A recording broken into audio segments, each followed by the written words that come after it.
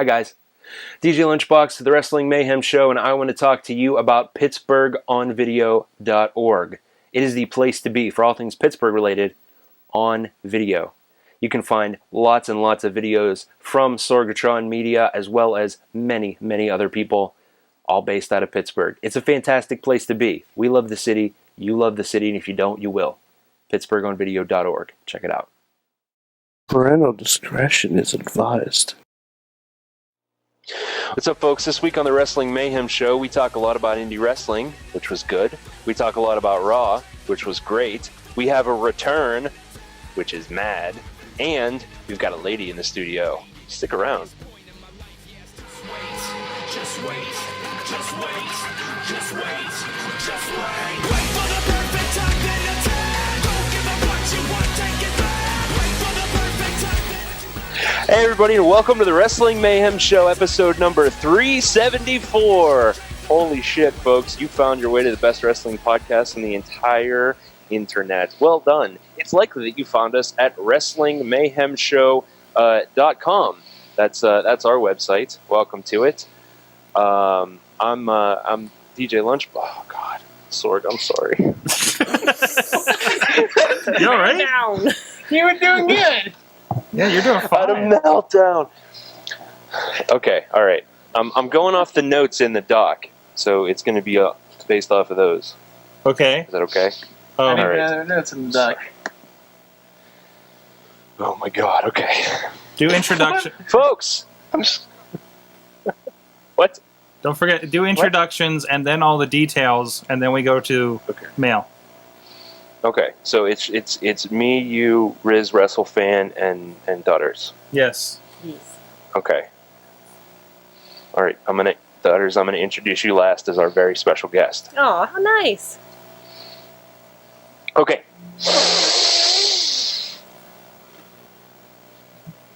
Welcome, folks, to the Wrestling Mayhem Show. That's right, you found your way to the best wrestling podcast on all the internet. This is episode 374. Well done, you. You are going to be spending the next hour and a half to 2 hours having your ears caressed by the best voices anywhere on the internet. I am DJ Lunchbox, if you're wondering about that, and there's a whole bunch of other people here, too. First off, behind the boards, the master of ceremonies, the man himself, Sorgatron. That's me, ready to turn knobs and dial the dials and make mayhem happen. He's a podcast wizard, and he doesn't even wear a pointy hat. On Nope. top of that, folks, we've got the man who I can only describe once and just time and time again, the best descriptor for him, the sexiest motherfucker you've ever seen, the Rizz. I really like that. Say that again. Say that again for the The people. sexiest, They deserve it. the sexiest motherfucker you've ever seen in your entire lifetime, the Rizz. Whole. Rock hard. Rock hard. From the depths of Texas. He lives next to the sun, ladies and gentlemen. He is nigh invulnerable. He is Eamon, a.k.a. the Wrestlefan. They don't sell SPF 2000 here, and I may die soon from heat stroke. So, yeah. You secrete it Excited. from your skin. I mean, oh. Folks, as if this wasn't enough, as if this isn't enough to be excited about, we have a very special guest in the studio this week. It is our privilege, it is our honor to have a lady. Folks, it's the Dudders. Woohoo! Sorg. Oh, it's the wrong button. I need to take care of that, huh? Hello, new friends. Dudders. And hey. Hi, friends. Hi, Hole. Hi ho. Long story. Folks, this is exactly what you have to look forward to for the next, as I said, hour and a half to 2 hours. If you're lucky, you found us here at WrestlingMayhemShow.com. Congratulations, well done. You can find us, oh man, so many other places. You can find us on Stitcher, on Spreaker. You can find us on iTunes, which it's also likely that you did. You found us on Downcast. We're all over the internet. Blip TV, WrestlingMayhemShow.blip TV. You can watch us live, as you might be doing right now, every Tuesday night, around about 9 o'clock on Sorgatron live.sorgatronmedia.com. If you are a fan of us, which we know you are, you can get all of this in one place for the low price of $1.99 in the Mayhem Show app. Anybody got it? Anybody got it? It's a show. Oh shit! I do have that's it. cool. I don't have it. Rizz is No problem. Rizz has it. Does Rizz have it? I don't have it on me. It doesn't matter. I Put do the have camera on the girl, and I'm going to keep talking. Folks, the Mayhem Show app, we have episodes in their entirety. We have, anything you could possibly want, including special downloads. That's right, folks. We record something each and every week called Mayhem Show Gold. It is additional content that only you can have if you download the Mayhem Show app. $1.99, check it out. Available on all your devices except for Windows, because fuck you. Also, on that app, you can contact us. There are very quick links to contact us. Number one, you can call us at 412-206-WMS0. That's 412-206-9670. We're just like Car Talk, except we're not from Boston. We don't know a dick about cars. And this is the best part. We love it. We love it here on the Mayhem Show when you email us. And you can email us at Good times. That's right, folks. Good times at WrestlingMayhemShow.com. And incidentally, we do have some emails this week. Sorg. Yes, we do. We got we got an email from the girl that made things so interesting last week. So she's back. And who made it pink? Yes. Someone made it pink because we need to specify these things. Somebody made it pink. Hold on, let me show you what I'm looking at here. It's pink in the dock. I can't read that stuff. Jeez, I'll try. Hold on. Dear Wrestling Mayhem Show, a few talkie points / queries. Number one, what is your favorite depiction of wrestling on television, discounting actually pro wrestling shows? Mine would have been the episode Mad Dog Hoek of Ren and Stimpy, due to Stimpy as Killer Cadigan cutting an outstanding promo on the Lout Brothers, Lump and Loaf. Guys? I'd agree. You'd agree? There is no better representation than Mad Dog Hope Okay. from Ren and Stimpy. Okay. I think we made the comparison before that Ryback is our new Mad Dog Hoke because he looks and sounds just like him. Okay. And I can't think of anybody else who represents professional wrestling in cartoons or in any form of TV, not professional wrestling. By the way, honorable mention to the South Park episode. Okay. I'm going to throw this back, and I don't know if people are going to be along with this, but does anybody remember the episode of Quantum Leap? Not WrestleFan. Nope. Where he leaped into the body of a evil Russian tag team wrestler. Anybody? Nope. Any takers? Nobody? Nope. Go find that on Netflix. It's actually, I think it's early in the first season, I think. And if I'm not mistaken, Vader and Boy Meets World was pretty awesome. Vader and Boy Meets World. Yeah, I didn't know if we're talking about actual wrestlers in the shows or just there was wrestling in the shows Well, it was being represented. depiction of wrestling. Depiction of wrestling. Okay. All right. Hey, can I throw an honorable mention to Family Matters when Carl and Urkel got in the ring? Yes. If we're going that way too. LB, I hope I didn't take yours with that last one. You didn't. I have a soft spot in my heart for when on Futurama when Bender becomes a professional wrestler. Oh. That was pretty good. Bender. And what was the other one? Well, maybe it was Boy Meets World. At the end. The end. Futurama at the end. The end. And Dudders. Oh, didn't Bret Hart show up on The Simpsons? Yeah, he was on did. there. Yeah. Dudders, do you have a favorite wrestling depiction? I was going to go with The Simpsons. I remember. Now I don't remember the episode, but I remember in the arcade game Mm-hmm. that like you fought the wrestling guy or something. Yeah, there was a large fella. He was. So awesome. Other question from this. With Father's Day having just passed, who are your favorite wrestling dads? I'm going to go with Mark Henry, his son Handy, and AJ Styles, his kid unborn Claire Lynch child. Kane. Kane? Kane. Best dad ever? Eddie Slide Guerrero that in there as / quickly Rey as possible. Mysterio. Eddie Guerrero / Rey Mysterio. Okay, what about you, Rizz? Vince McMahon and Hornswoggle. Oh, I forgot that's a thing. Wow. Hmm? Oh. Let me go with Dusty and Dustin. Ooh, Because good pick. I can't think You of actually many. went with I the. can't. Actually, I can't think of many answered this others. Right? seriously. I mean, Well, does Kane really count? Because didn't that whole thing get a little kick and a little... Yep. Yep, it sort of counts. It's like a little bye-bye. little bye-bye, little punted into the third round. Yeah. Do you have one? That's the best my way. That's the best way to refer to that. I love that so much.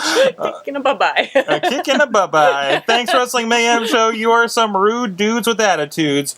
Your pal. Scroll. The perpetually insulet.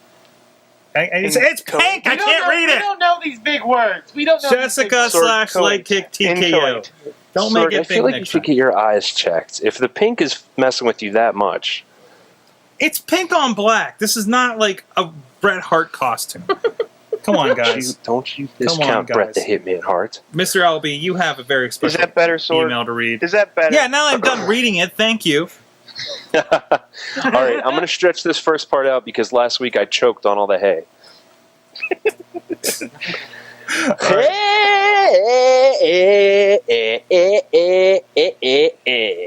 It's me, it's Ed Big PPC, fan of the year. So, Jericho versus CM Punk stole the show. Payback the Shield had great matches as well. Randy Orton is still lame. Daniel Bryan is amazing. Sandow Sheamus match was very good too. Overall, besides Super Cena versus Ryback, good pay-per-view. Raw thoughts. Mark Henry and his promo spoof on retiring to John Cena was great. Mark Henry getting shot at Cena, hope he wins. That's what he does, right? The Shield is amazing. Punk versus Brock will fan-fucking-tastic. And what else? A returning Captain Charisma Christian. And returning at Money in the Bank in Philadelphia, RVD. So, many great matches possible. Bryan versus RVD, Punk versus RVD, Kofi versus RVD, and so on. And so on. Questions. What future match with RVD are excited about? What future dream match would you like with Brock or NXT up-and-comers like Keshi Sonor or Sami Zayn or Bray Wyatt or Cesaro, etc.? Loving the future, looking bright. Till next time, it's me, it's it, Big PPC. Take care, Mayhem Crew sent from me. It was asked in the chat room if this person was supposed to be Irish. Listen, I'm an expert at accents, alright? So just sit down and don't As am even I. worry your pretty little heads about it. Answers to the RVD future question in the chat room. Leg Kick TKO says RVD versus a wood chipper. Matt Carlin's RVD versus Gravity. I'm waiting for that. I'm waiting for that expected RVD versus a cheesesteak hoagie match. That's gonna be sweet. Oh boy, yeah. He's. Have we seen him for a while? I guess he was a little bit overweight last we saw RVD. Have you seen him in TNA? Because yeah, Ooh, like I got it. Not since he beat Shima. Then I was kind of done. Yeah, well, that's when he left. Yeah. But like, I get why people are excited because RVD was cool. I was a big RVD fan when I first started reading wrestling. Sorry. Even I know he is super overweight and out of shape right now, and it's going to be pretty horrible. Well, here's the problem, because know we that all right know now? nobody actually, the people watching WWE don't bother to watch TNA and don't know he's actually been doing stuff over there for the last few years. if you call that doing stuff, Well, he was on TV. He was on TV, right? he could barely execute the Rolling Thunder. But that's I mean, how bad he was. So everybody, like at least 50% of Can your you audience are like, execute "Oh the my Rolling God, Thunder?" he's still alive!" No, I can't execute the Rolling Thunder, but he can't do it without almost breaking his neck, Rizz. So are we excited about maybe RVD in any combination with anybody in the future here? Maybe this is RVD's last stand. He says, "I want to go out. I want to finish my career, and I want to do it in WWE." Maybe. Personally, I would love to see RVD versus Brock Lesnar in a Paul Heyman on a pole match, Oh, where it's like Paul Heyman's for his first love versus his new lover, and it'd be awesome. Triangle. Love triangle. switch over. You are. I'm not the Dudders. Geometry. Geometry. Err.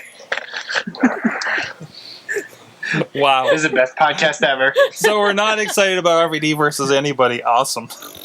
No, I can't. That's the thing. I'm hoping, like, it's been a few months since we've seen him, so I'm hoping, like, man, he lost a bunch of weight and he's ready to go. I hope so too. I doubt that though. No, Rizz? you don't. Rizz? Well, first of all, the one match that I kind of want to see in the back of my mind is because even though he can't hang with the newer generation of stars, Yeah. I would like to see RVD and Jericho and just have them tear it down, because they can produce a match of their style Yeah. in any form. Which will be the style that people want from that era that are into RVD. Yes. And Jericho's a submission specialist, and RVD was a high flyer. See what I did, but it still will be a good match Mm-hmm. if that happens. Charmin's calling for RVD versus Ryback. Loser gets their balls airbrushed at the mall. Yes. What? There you go. There you go. All right. What else did he have here? Future dream match would you like with Brock or NXT up and comers like Cassius Ohno or Sami Zayn? Up incomers. What? Did up Incomers. incomers. Up and comers. Up-and-comers. Up and comers. I don't know what the difference is. Up and comers. Up and comers. So One- are One we is talking about? incorrect. We're talking about like just Brock in general, or Brock and one of these guys? Are you just saying in general? I think it's just anybody. Okay. Biggie Langston. Biggie Langston doing stuff, right? Mhm. Yeah. Biggie. That'd be cool. It's almost there. He's almost there with this stuff. I'd like to see the reformation of Kings of Wrestling. Yeah. Have Cesaro and Cassius Ohno tag team. And you said, were you the one saying last night in the hangout, like That having was them with Wrestlefan, Zeb, but I would like to see that. like the Kings of Wrestling with Zeb Coulter? that'd, Yes. be, that'd be tremendous. We're kings, Kings and of we America. also hate America now. Kings of America. There you go. There you go. Yeah. Obviously, going to be something else, but still, just to have that combination. You know what I mean? Yeah. I'm Yeah, not Cassius Ohno versus anyone, please. Yeah, yeah. A weird face turn on NXT over the last month, but other than that, I don't think it's been weird. I think it's been well played out. yeah. But he just went from like hating Regal to the next week, I'm sorry. Well, because he went through the match with him, and he saw the respect that he has for him, because he put him through a fucking ringer of a match. Yeah, yeah. It's a pretty Okay. good match. And Yeah. and when they, I was hoping when Stephanie came out, like that's when since they were on a big, push of like random NXT guys, bumping up there. I thought maybe we'd get Paige against AJ or something. I thought like that would be the perfect time to bring out like the anti-diva. Hate AJ. You hate AJ? Oh my god. What's your problem Oh, with really? AJ? Let's get into this. I wanted Stephanie to just beat her ass. I kept cheering. Really? Oh yeah. I can't stand AJ. Sorry. the new divas versus the old divas, just not the same thing. No, who do you prefer? Yeah. I'm old school. If I had to pick one, well, Trish Stratus, of course, because that's just she knew what she was doing and she could wrestle. Mm-hmm. And Lita.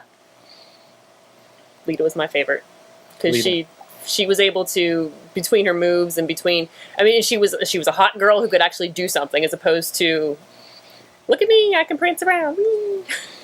I'm a wrestler. It's just not. It just no. Come on. From the chat room, like TKO says, Emma versus Fandango dance battle. I'm in for all of that. Sherman's calling for Sable. No, not Sable. Anyone but Sable. How do you not like Sable? No, Look at her. Wrestlefan. How do you not like Sable? Because I have eyeballs. What the hell? Because Wrestlefan can get his pornography anywhere at any time because he lives in the age of the internet, unlike the rest of us who grew up watching Sable. That's true. Yeah, that's true. whatever. There you go. That was different. And and plus half of us were going through puberty at the time, right? I mean, that was a big differentiator. Let's face it, says Tonio. Caitlyn versus AJ is the Trish versus Lita of today. I thought their match in You the pay-per-view agree? was really good. I think it has the potential to be. I don't think it's I think anywhere. Caitlyn is bullshit. Really? Really? She has not done one thing to impress me so far, except get weird collagen injections. Oh. Let's see. WrestleFan's boner belongs to ACH. Sorry, Sable. It has nothing to do with that. Sable's just completely unattractive and has a horrible voice. Wow. Tell me I'm wrong. Tell me I'm wrong. I don't know, man. She's awful. Yeah. She's just awful. Yes. Just to watch her and go back and watch her. It's like, really? I'm going to have my big old knee pads and I'm going to show my elbow pads. I look like a real wrestler. And you just watched a little bit of Oh, Sable, yeah. right? All right, we'll get into that a little bit in the round table. The reason you're here. Wait, are we arguing Sable's virtues as a wrestler? No. No, as a I know. diva. She was a preference. horrible wrestler. Good. She was never a good wrestler. No. You didn't have to Ugh. be. The original divas were not good. It was bra and Yeah. panty matches for like from what, like 96 on through like 2002, when we started to get like Trish and Lita that could actually wrestle. You know. The 2002, 2003 era was pretty sweet. There you go. That's why everybody from that era is coming back to WWE right now. Bring back Nydia. Nydia? Yeah. Oh, man. All right, with that, I think, if I'm not mistaken, that is all our voicemails, right, guys? Did any sneak in under the It's wire? our fan mails. All our fan mails. Do we have any voicemails? I don't think we do. I don't believe we do. So with that, let's go to Amateur Falling Down. Let's go to untelevised wrestling with less experience. It's the Indie Minute with with Eamon. Not necessarily. What? I'm trying to think of new things. With less experience, and also they're not as good according to everyone else. With less production value doing the flippy moves, it's the Indie Minute. Yeah. So this week, in the Indie Minute, the only thing that I think we need to talk about, since 3 of the people on this show were at this event, Super Indy was this weekend. And even more people in the chat room.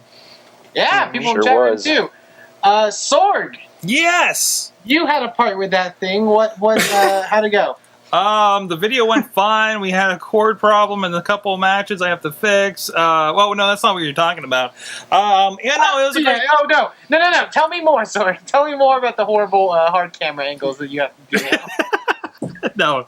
No. There was a cord problem, but it's fine. I just have to re-edit the last 2 matches, which will make them awesomer than they would have been anyways. Or something like that. No, I thought it was a great match. I think it had, I remember looking at, I still have to send somebody a link, by the way. Looking at last year's card compared to this year, and of course we had the snafu with our ROH guys no-showing last year. But I liked, I really felt, and Rizz and LB, please tell me if you're kind of on the same line with this. I felt like going into this and of the show, it felt like there was a great mix of indie talent, right? Yes. I mean, it was a proper representation of what is out there, not just in IWC. Mixing it up with the guys in the IWC and seeing how everybody can go. You know what I mean? I think that is the first time I've seen a standing ovation at an IWC show for a long time. And I remember I felt like we were doing it every other match when I used to go as a fan. So I don't know. What do you guys think, LB and Rizz? You guys got to see it again from over at the merch table, but your first wrestling show in a bit there, LB. Yes, it has been quite a while since I've been to a wrestling show, and it was awesome. It was fantastic. I can't think of one match that I didn't enjoy. Mm-hmm. It was great. It was an absolute blast. It was good to see some IWC talent from when I used to go, and get acquainted with some new wrestlers. It was just great. Absolutely phenomenal. I enjoyed everything that happened. Excellent. What about you, Rizz? And I tweeted this like right after the show that I personally believe that what I saw on paper and before I went through those gates, the best Super Indy tournament on paper. Mm-hmm. I walked out with saying that was one of the best indie shows I've seen. Mm-hmm. And I've seen Matt Hardy and AJ Styles when Matt Hardy wasn't a fat slob. That's right. Yeah, Thank you. You have to clarify. Let's clarify that. This was when that meant something, and it did mean something, and it was a really big deal when that happened. But still, this Super Indy tournament, nobody on there was on there. They were there for a reason, because they were the best talent, and they showed that. And they were I was shocked at some of the talent that I didn't even know about that showed up and performed to the best of their abilities. Mm-hmm.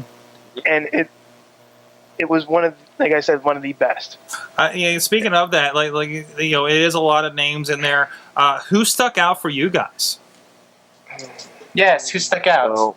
I did tweet. Is there immediately? I think it was before the match was even over. I sent out a tweet that said #Eamon was right. #ACH. Yeah. Thank you. My dick accepts your apology. Tweet. ACH and Shane Strickland had the funnest match I've seen in forever. It was a blast to watch. Absolutely, it was great. It was just great. Here's the other thing. Sorry, Rizz. Here's the other thing about ACH. He had this amazing, really fun match with Shane Strickland. Really impressive. It was a blast to watch. And then he moved on in the tournament, and he had a completely different match with Jason Gorey. The match he had with Jason Gorey was more brutal. It was slower paced. It was more methodical. It was fantastic. And I feel like I got to see a lot of range from him just out of two separate matches, and that's impressive. Right. And so we don't repeat ourselves, even though I do think ACH was impressive. Wrestlefan. Don't get me wrong. He was impressive. And I'm not saying anything bad about ACH anymore, because he is one of the top talents in this business. But the one that shocked me the most, Mr. 450 Bennett. Yeah. He not only did he come out and performed unstoppable, but the second match he was in, he came out in Cobra Commander gear. That was awesome. That was completely awesome. He had the Storm Shadow. No, it was Storm Shadow. Whoops. Storm Shadow? Yeah. Okay. Because he came out on camera. I'm like, why does he look like Cobra Commander? I'm like, holy crap! And I saw the things, and I started getting a better look at that hoodie on the cam, and I'm like, that's a freaking Storm Shadow hoodie. That's awesome. And I was a big fan. Again, just kind of seeing new talents that I've never heard of, like Extreme Tiger. I think lived up to his name. 2 great matches with him. Was he very Tiger-esque? He was very Tiger, and he was very extreme-ish. Great matches with Bobby Fish and Facade, actually. So and of course, you know, the usual suspects as it came down to Gory Facade and Nice, Anthony Nice, the champion leading into this. Anthony Nice is a monster. He's ridiculous. He is absolutely ridiculous. He's a superhuman. He's a superhuman. I never that's saw that's a good anybody point. that Going- big. Oh, sorry, Eamon? What was that? So I was gonna say, going to the question from last week of which wrestlers we would bang, Anthony Nice is up there. Wait. I'm just going to say, saying. you Tell me volunteered if- that one. Tell me if I'm wrong. You're not wrong. But still, the stuff that he did, and being that frame, Mm-hmm. that very muscular frame that he has, and jumping and hurdling and clearing the top rope multiple occasions. I couldn't believe what I was seeing. Yeah, he really, like, build-wise, he looks like a heavyweight, but he definitely flies like a super indie guy, you know. Yeah, he's definitely, like, one of the most talented guys out there, you know. And I think he was doing really, like, he was on TNA for a minute, right? Right. Yeah, and I think I remember him popping up and not being impressed when he was on the mic. You know, he's one of those guys that you're like, you know, great work, great look, can't do crap on the mic, right? But I think he's developing that. He's getting more personality. Definitely, like, in the ring, he's getting more personality. I don't know, do we want to mention the one reaction from the from the show? Do we? No, No. we're not bringing that one up. Okay, No, it's dumb. He Okay. doesn't deserve, Let's you know talk who else about deserved, let's man? talk about Bo jangling. No, let's not get into that. You know who else was a standout for me?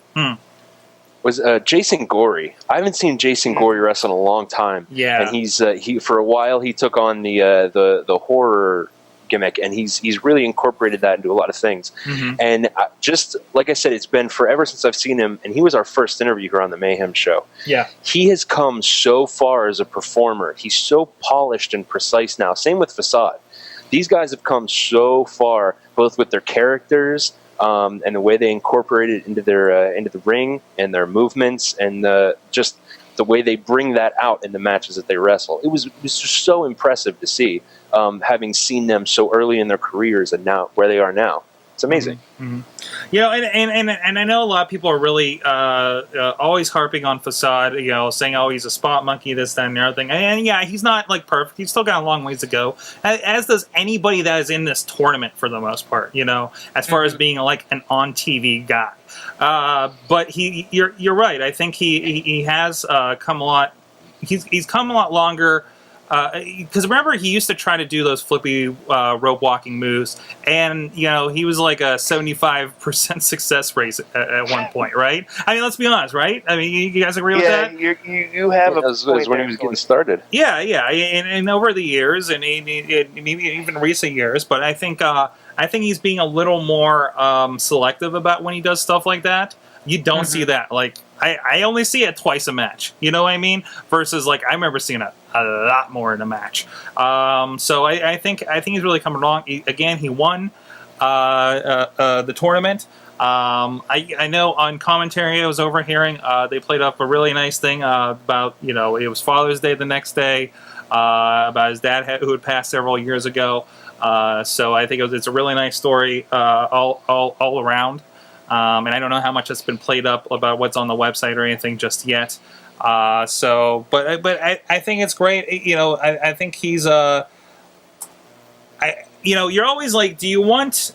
And this is like from an indie fan's perspective. Do you want like somebody random to come in and win that title, or do you want like one of the home guys to win it in the long run? Right? It happened before. It's happened both ways, right? Like we've had hey, whoa, Jerry Lynn won the title. What? And You know? saw- Didn't like Egotistico Fantastico win it one year when he debuted? But he got saw hurt. that- He got hurt. Egotistico Fantastico won it, and then like a month later he gets injured, Yeah. and then Sammy Callahan, and then who else won it? That was like, But it's always really cool Then- when you see something like that. Like, you know, as far as an indie show goes, they're like, oh crap, he won the belt. We're actually going to see him for a few more months or something, right? yeah. Yeah. You know And he's I think- coming I back think at least people- and once. he never shows up again. Yeah, I think people sort of get that stigma of if they see, someone that sort of debuts at a tournament, they're like, oh, well, he's obviously not going to win it. He's just there to sort of enhance it. But I think people understand now, like, it's whatever makes sense. It's whatever works perfectly for whatever they're doing. And I think Facade winning it was amazing. It was a great way to sort of cap off that tournament and sort of the year I think he's had in IWC. And, like you mentioned, the whole stuff they were playing up, I think it worked perfectly. And I think it's a little weird, like, I think it would have been also interesting to see Gory win it, considering that this feud with Facade that has been going on for well over a year now. But still, I'm not, I can't, discount anything that happened there. I think it was a great tournament, definitely from top to bottom. There's no weirdness there. Told a great story. Had a lot of great talent in there. And I think exposed a lot of people. I think there was a lot of new believers in guys like ACH and Strickland and Mr. 450 and stuff like that. People seemed really excited about it. And I was a big Jimmy Rave fan years ago. Yeah. And then he fell off the face of the earth. And I forgot about him until Super Indy came. And he still knows how to react and go towards the crowd and make them hate him. And that's what he was made that's what he's doing. And Question. Yes. I was going to say, question. Did he do it with a Guitar Hero guitar? No, he did not. No, he did Good. not. No, there was a significant lack of Guitar Hero in there. I'm happy to hear that. Yes. So excellent. Anything? My first encounter with Bobby Fish as well. Yes. It's good. Good stuff. He is a tiny man. He was rather quiet that night, I thought. He reminds me. He looks like when not Bobby Nice. Yeah, when Nice came out, I thought it was Bobby Fish. Yeah. They look very similar. I kept saying they should be in a tag team together called the Intentional Facial Hair Club. There's numerous times during the warm up phase where Lunchbox immediately forgets who one guy is. I think the dude with the tiger mask. What's his name?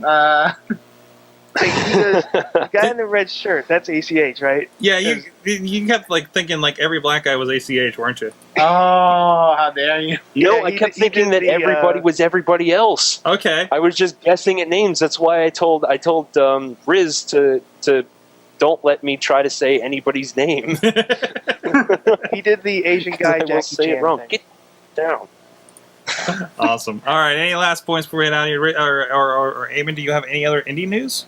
There is other indie news. There is. I will breeze through this super quickly. Also, if you're in the Pittsburgh area, one Joe Dombrowski, who is the play-by-play commentator for Ring of Honor Television, or for IWC, you can watch him on Ring of Honor Television this weekend, I believe. No, it was this past weekend. So, and I know they put those up I think by Thursday for everybody else. So go check that out. You can watch it eventually. It was a road rage show from Richmond, Virginia. So he got to call, flanked by the younger Briscoe. That was for the main event between BJ Whitmer and Jay Briscoe.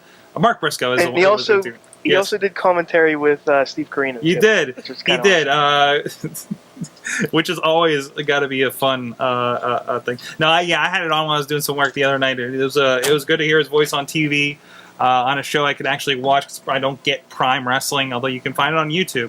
As well, so great to see him on TV like that. I hope he gets more spots like that. I think it's not his first show there. He did an iPay-per-view up in Toronto a couple years ago, I think. So. I think he's had a couple of the DVDs too. Yeah. So there you go. All right, and of course RWA did have a show. There are pictures, not safe for work pictures from that. Including a bloody Ryan Mitchell and a car hood they used in this fight. That DVD will be up at least by next week sometime. Hopefully by the end of the weekend I'll have the thing up for it. But I know Wheels is not in the. Yeah, he's in the chat room if he has anything to say about it. But that sounded like it was an insane show as well. So a great night for wrestling in the Pittsburgh area. I love it. Awesome. There was no tack-o'-lantern. That's a sad, sad day. So I'll breeze through this last couple bit of news. Ring of Honor has an iPay-per-view coming up this weekend, the 22nd, in Baltimore, Maryland, for Best in the World 2013. The main event, Jay Briscoe defending the World Heavyweight Championship against his brother Mark Briscoe. There's going to be tons of other great stuff there. If you want to order it, you can go to ROHWrestling.com, or if you want to go there live, you can get tickets. The show's in Baltimore, Maryland, June 22nd, so go check that out. Also happening on the 22nd is our good friends at Wrestling is Fun. This is going to be their first event debuting at the Easton Funplex in Easton, Pennsylvania, in an arena that has held a lot of Chikara events in the past. So it's going to be interesting to see how that development sort of plays out with the vanishing of Chikara. So if you're interested in going to that, you can go, I believe it's wrestlingisfun.org. And you can get tickets for that event in Easton, Pennsylvania, and go check them out. And I quickly just want to plug the thing I mentioned a couple weeks ago that I'm going to be working with in the Austin, Texas area, and that's Inspire Pro Wrestling. You can get tickets for our event now, July 7th, at the Marchesa Theater in Austin, Texas, right across from Highland Mall. It is inspireprowrestling.blogspot.com, where you can order your tickets. They're $10 each. And you can pick them up at the door. They're all will call tickets. Also, you can also bring your credit card to the door if you want to pay at the door, because we will be taking credit cards as well. So go check that out, and go check out that amazing event with the main event of ACH versus Davey Vega versus Chuck Taylor, with the winner moving on to an eventual match for the Inspire Pro Championship. And that, my friends, is the Indie Minute for this week. There you go. Thanks. We'll be back. Well, that's the wrong thing. There's the site. Yeah, that was the site for Inspire. Thanks for that Indie Minute. We'll be right back. We're going to check in what's going on with Gold, a little bit what else is going on in the world of wrestling, and we're back with Remember When and Mad Mike's Minute of Mayhem. Right back.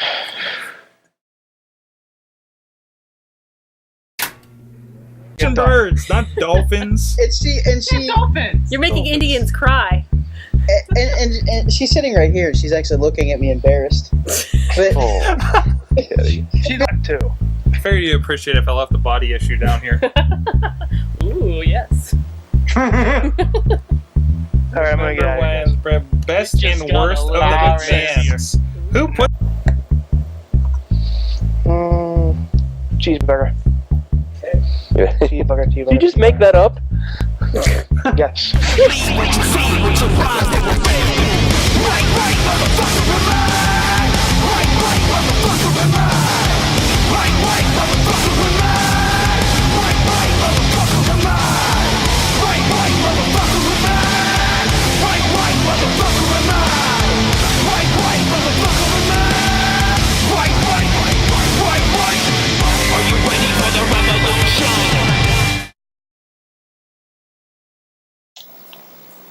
Do it.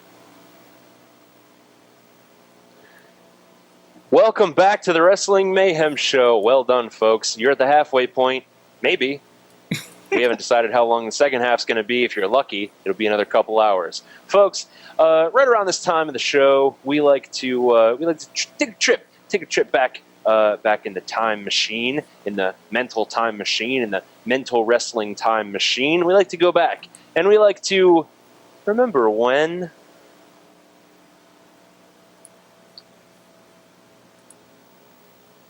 Remember it when, remember it when, remember it when, do-do-do-do-do. Oh, okay. This week, since we saw Stephanie come back and threaten, and they're doing the crap like, oh, you listen to me, and you listen to me, and you listen to me, and whatever, and Stephanie, and all that, I want to talk about the best and the worst of the Mcmahons. I want to talk about, my memory is a good one, because I was always a Shane O'Mac fan. I enjoyed his enthusiasm and his penchant for madness. Crazy things leaping off of things, getting hit by things and landing on his head and getting his testicles electrocuted. I like that. I like that in a McMahon, and it's a stark contrast to the pure crap that they churned out most every other time. That and Linda McMahon getting tombstone is a golden moment up in the lunch up in my mind grapes. So, Sorgatron, what do you think? You know, I got off the top of my head. I mean, I could go with the classic moment, but I think I'll go with the dirty moment. Remember when Linda was catatonic in the wheelchair for a period? Oh, yeah, that was a thing. Trish Stratus. We talked about Trish Stratus last segment.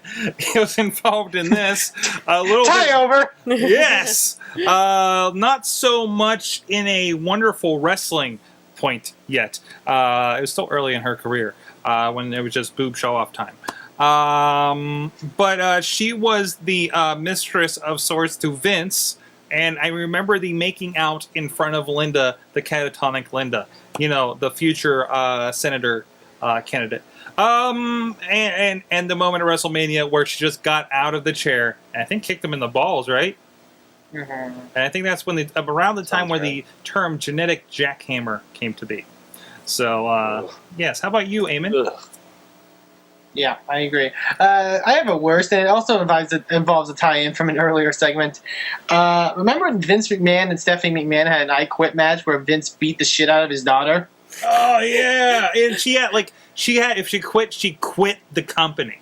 Mm-hmm. Or she lost her general manager spot. Yeah. And to tie in from the earlier segment, because guess who Vince McMahon was fucking this time? Sable! Fucking Sable! Yeah, this was really bad, and it was just like, no, don't do this. Don't ever do this again. I'm not gonna be okay with this. Also, my best is the Shane McMahon-Kane feud. From the chat room, best from Bobby F. J-Town, Shane versus Kurt Angle at King of the Ring. Wait, didn't you just say that? No, I said Shane Kane. And I said, And Dudders, you have one as well. My personal favorite is Stone Cold just said you just pissed your pants. Whatever. Oh my god. With the gun, where he's wearing all the camo and he holds up the gun to McMahon's face or head and he just pisses himself. Did you watch that when it happened? Yes, I did. I did too. And it was when I was starting to come kind of back over, Yes, right? about that same time. And I'm just like, what are they doing? There's no way. This What is is this? uncomfortable. What is it? No, is this for real? Huh? It's like you know, it's like you know, but like that little tick in the back of your head is like, wait, is that for real? You know, which we had a lot of that back in those days. Yes. Oh my gosh. Where Yes. where we had that crossover realism bit. Mm-hmm. Again, we'll talk a little bit more about that, I think. But tease. Dudders is a giant tease apparently tonight. Yes. Best McMahon memory from Tonio, Shane McMahon's Coast to Coast on Vince. Yeah, that was great. And there was a trash can involved, if I recall. I Quit match where Steph's wedding to Triple H 2. It was right before. It was right Steph's before wedding. it. The one where she healed out? No, I think he means to their actual wedding. Oh, okay. To their real life wedding. Oh, the real wedding. Gotcha. You know, and really, can I say, like, I kind of like the McMahon involvement this time around. Am I alone in this? Yes. Yes? no, Nobody not else? necessarily. No? I think I love the pulling Vicky in all the different directions. I think That's kind of cool. That But was the rest fun. of it's god awful. That was fun. Okay, the concussion thing is stupid. The crying stuff was kind of rough, but I like what they did last night. I think this is the turnaround for it. And to see this be like a power struggle kind of thing, and I think it'd be kind of neat if it does become a Vince and Triple H had, you know, I don't know, a match or anything, but head to head. Yeah. For kind of the control of the company as a kind of actual passing of the torch that is happening in the background. I kind of like that idea, you know. Also, did they ever establish how Vince got his power back? After No, being I don't fired think by they did. Triple H. I'm pretty Don't sure be they did. silly. No, he just disappears until you forget. And it's like, hey, Vince is here. Remember, he's a chairman. Yeah. Don't forget that last thing that happened. Right? You know. No, actually, didn't he come back? Because didn't they bring him back when Triple H was de-emphasized? No, but Triple H was still COO. Something like that? I don't know. Vince is just kind of there, you know? Because they got Vince out of, like, the COO position, but he's still chairman of the board or whatever. No, I understand that, but Yeah. how, like, I don't know. And also, what's Stephanie's role? Did they establish that? She is, I don't think they established it on television. But, oh well. I came out of a product of you. I'm having sex with you. That's her. Now I'm wearing a suit, and we accept this. And now I'm going to degrade all the Divas roster. And can I say how imposing of a figure Stephanie is? Holy crap!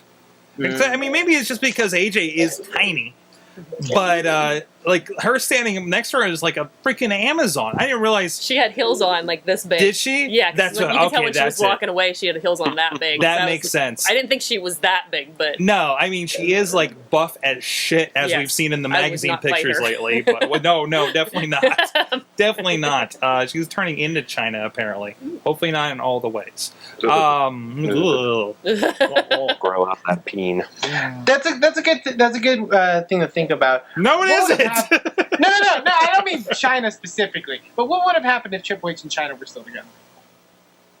I don't think they could have kids. They'd be in TNA. No, I'm talking about the power structure thing. Like Triple H wouldn't be where he is now. I'm True. not talking career-wise, but I'm saying the position he has now. Okay, that would be interesting. That would be. I think you should write a what if blog. Oh, what Yes. We if? should do do it. it. We should do a what if on wrestling. Wouldn't that be fun? What if Stone Cold wife didn't say your tea Stone Cold to him that one morning? What would have happened? What? No, you know, Mhm. that's how he That's got how the he name. got his. His wife name, at yeah. the time was like British or something, and it was like drink your tea, or coffee or whatever is Stone Cold, and that's the thing that snapped in his head. Oh. Mhm. You never They heard were- this? They sent him a list I of haven't. people, like the list of names for his character, and they wanted to name him like all these dumbass names that were like 90s WWF names Mm-hmm. that rhymed and shit. Now you've learned something. All right, with that, and we're all about to learn something as we go back, as we do every week. Check out with our boy from the Bronx. He's busy on Thursday nights, so we're going to go to Mad Mike's Minute of Mayhem.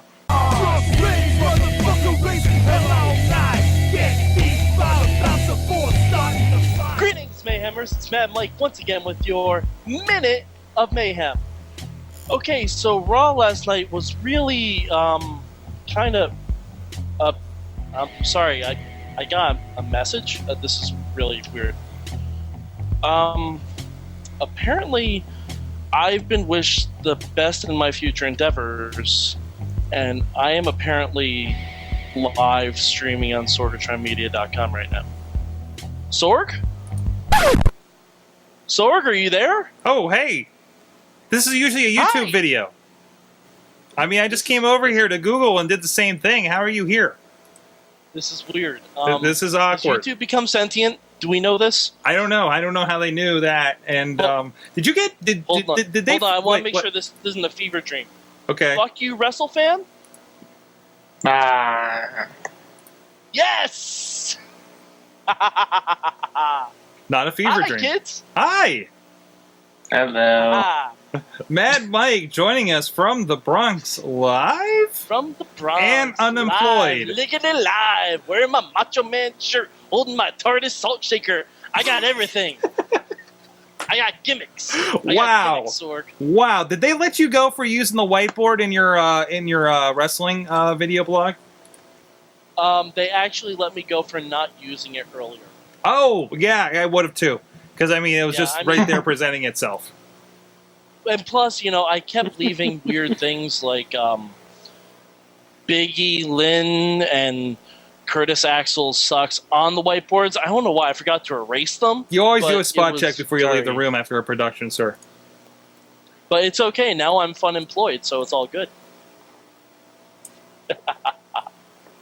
Sorry, I'm doing some directions over here.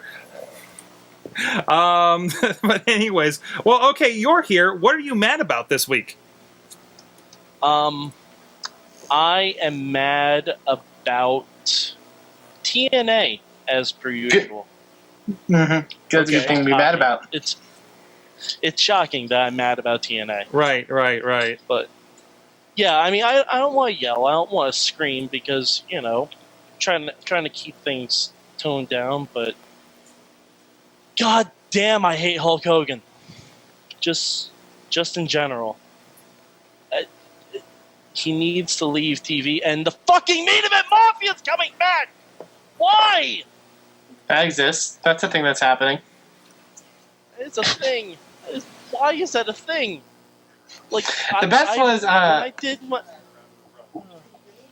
I was gonna say the best was I don't watch TNA. I, to be honest, just read the spoilers, and it only said on the spoilers that the main event Mafia was coming back, and that Sting announced that they were coming back. And I thought, is Sting like that senile? Oh no!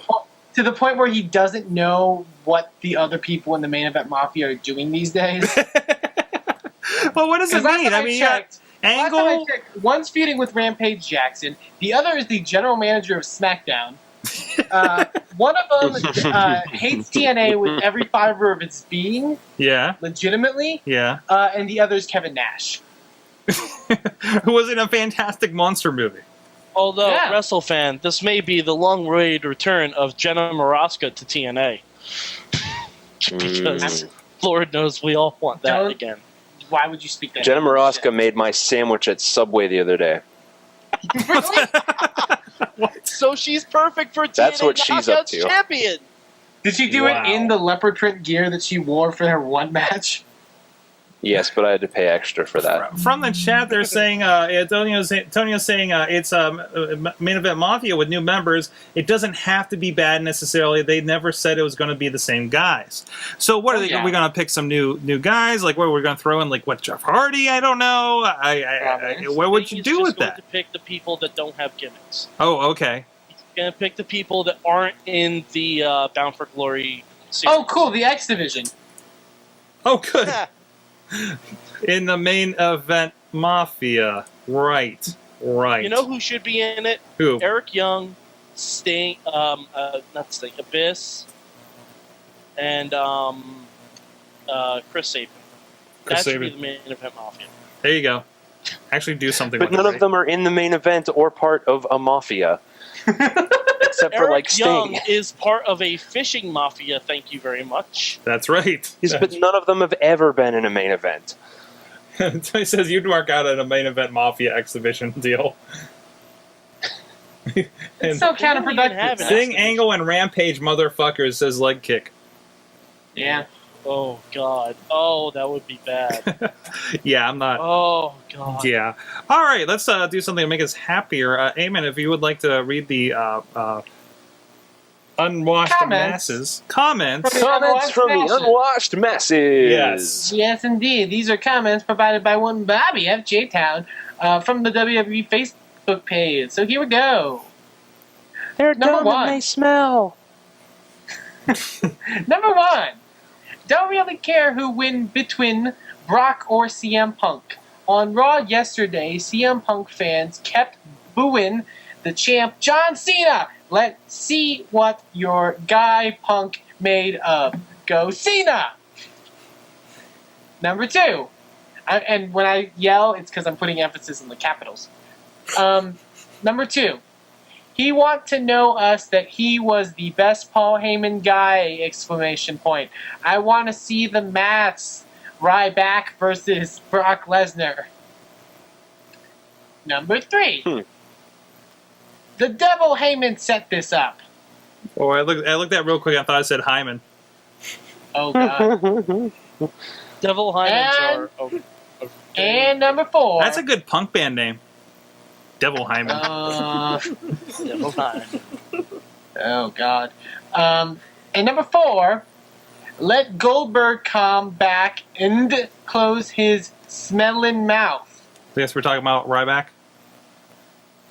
I think so. Okay, that is the comments from the unwashed masses. I think we gotta get screen caps of this so you can see how bad they are. What? Now, I have a question. I love America too, Lunchbox.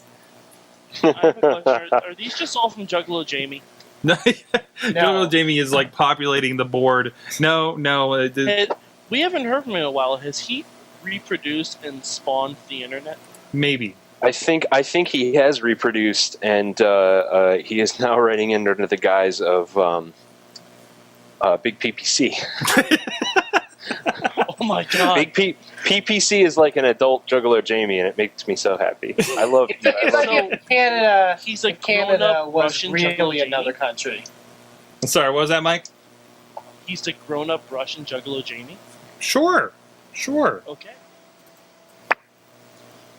Sorry, just checking your audio. Oh, that's why I can barely hear you. I turned you down at some point. All right. And, hey, so with that, Dudders has been here this whole time. Hi, Dudders. Hi. Hey, I just got here. Hi. Ooh, it's a lady. Hey, boys. No, we've been talking for a bit. You actually picked up the WWF Attitude DVD. Yes. And I thought it'd be good to have you on to talk about it because you're freshly seeing this stuff and reminding you. I know you wear the DX shirt, the old school DX shirt, to every wrestling show we go to together. And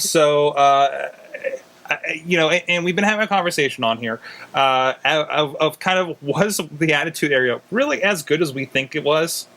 And I don't know, can we kind of, what was our several takes on that, guys? Like, it was basically like, yeah, maybe it wasn't that good, and we just kind of remembered the good parts of it, right? I spent some time watching, like, every episode of Raw and SmackDown from, like, 2000, like, maybe, like, 3 or 4 months in 2000. Yeah. And it had some gems. Yeah. But overall, it was pretty shitty.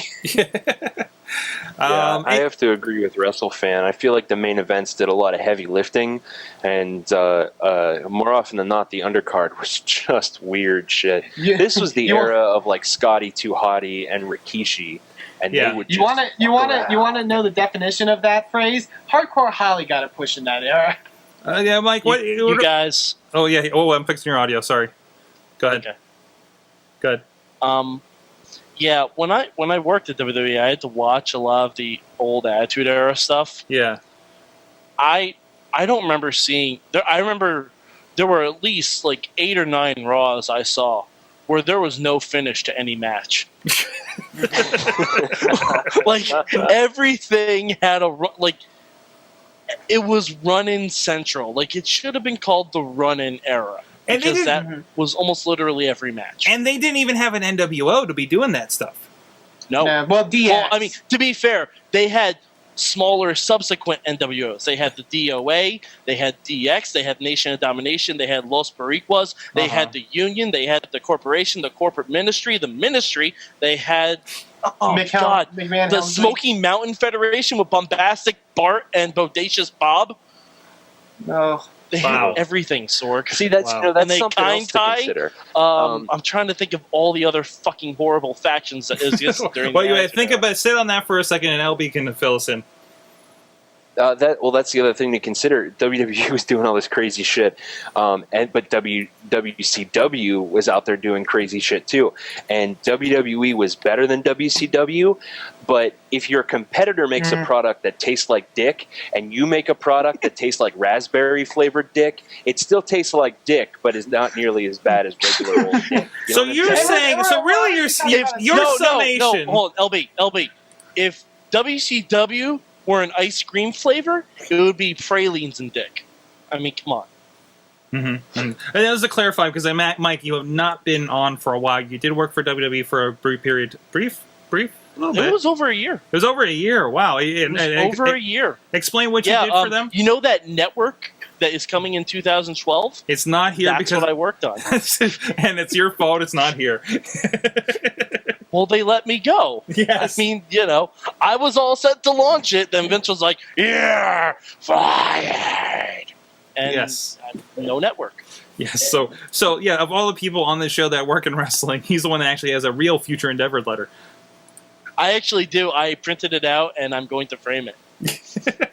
Wait, you've been gone for years. You haven't framed it yet? No, I've been busy. Anyways, so the summation... But going off of what like Lunchbox said, I think obviously the whole WWF, WCW thing, I think there were certain eras where, there was some shit, but there was also some great stuff, even in WCW at a certain period of time. Oh, yeah. We saw that match that was on the Facebook group where, oh my God, Mr. Perfect Plexed Big Show, the Giant. Yeah. And then there was running, but still. Well, Big Show, back in the day... And Big Show did a kick-up. Shit. Yeah, he did a kick-up. He did not care. So, Dudders, we go back to you. You just saw the DVD, so they get a different interpretation, kind of a renewed interpretation on it, and maybe how they presented it over there. What's your take on that? Well, I guess essentially I'm probably going to be defending the Attitude Era. It sounds like a little bit, but just kind of a different way. Two of the things I didn't realize about the Attitude Era was, one, it introduced the Titantron. And 2, it introduced the entrances. There weren't entrances. We didn't have the fireworks. We didn't have the music. We didn't have the soundtracks that we had until the Attitude Era, when it became a production. Yeah. And I think a lot of the Attitude Era was more about the soap opera, the stories, where we dove into the stories and we developed characters, and they talk a lot about it in the video about each wrestler developing their own character, and they wanted them to develop their own character and then take it a step further. So it wasn't so much, oh my gosh, did you see that move? Hey, if I go up to you and I tell you to suck it, you know exactly what I'm talking about. What, 13 years later? You know? It's you're teaching your kids suck it. You know, you go up to you know, parents, especially I'm sure at our age. You know, parents.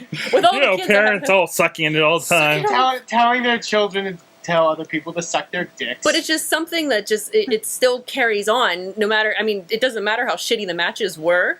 You remember things about the storylines. You remember how ridiculous it was. You remember the cut the PP of the Val Venus storyline. You remember. Why is that the thing that always comes up every time we talk about the Attitude Era? Perfect. You get because no one ever incorporates samurai swords. Because we can only talk about Katie Vick so much. But it was not so much about the actual wrestling as it was more about the storylines and us buying into these storylines and essentially falling for these characters and wanting to be these characters. Yeah. Versus us going. Because I remember when I watched wrestling when I was younger, and one of the things I took away from it was my brother and myself would wrestle whenever we were done, and then we'd stop being able to watch wrestling, and then my mom would say, okay, let's try watching wrestling again, and then we'd fight each other, and then no more wrestling. And it was about the moves, and then the Attitude Era was about the people and the personalities and the counterculture. branding. It was right with the counterculture too. And then you just started chugging beers in your living room and Steve Weiser's all day long, buddy. I could tell you, it affected my beer choices in college. What Stone Cold was drinking. You always had to drink 2 at a time. Yeah, which was a challenge. And you had to stand on some sort of a pedestal while you did so. While nodding my head back and forth, of course. Well, of course. Of course, or why would you even bother doing it? But it was funny how these attitudes influenced our lives. And still does. It was the best time for character growth, for sure. We definitely, we can kind of tell things are a little more controlled right now, with the writers and stuff. And it's kind of cool to see when, we were just trying to throw everything at the wall and see what would stick and try to beat the other guy. It was a giant shift. And I wonder what I don't remember the time when the Titantron happened, the first time. Was it a reaction to it was Nitro? Once they moved out of the they got the first Titantron once they moved out of the Manhattan Center. Okay, because they were I think that was because the Manhattan Center did not really have a Tron.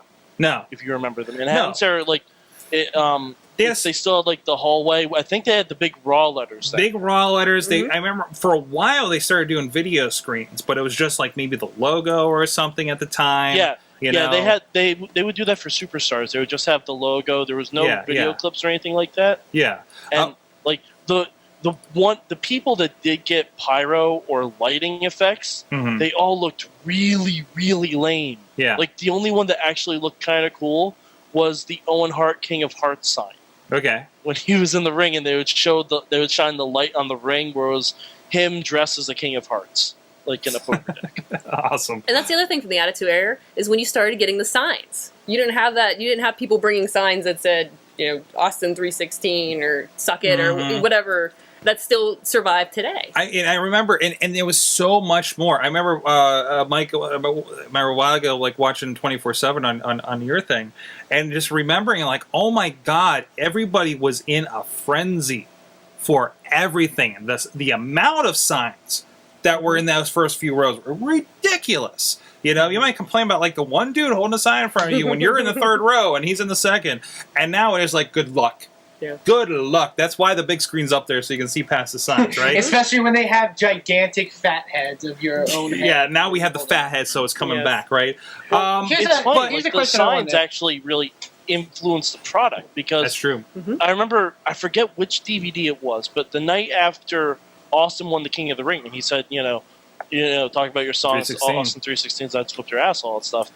There were dozens and dozens of Austin 316 signs, and that's when they were like, we need to make this a thing immediately. Yeah. And you kind of see it now with Daniel Bryan. Mm-hmm. Like, the yes signs. Yes. My God, the fucking yes sign. And there always Like- were signs. Like, I remember people putting up signs at WrestleMania 3, but definitely nothing like that.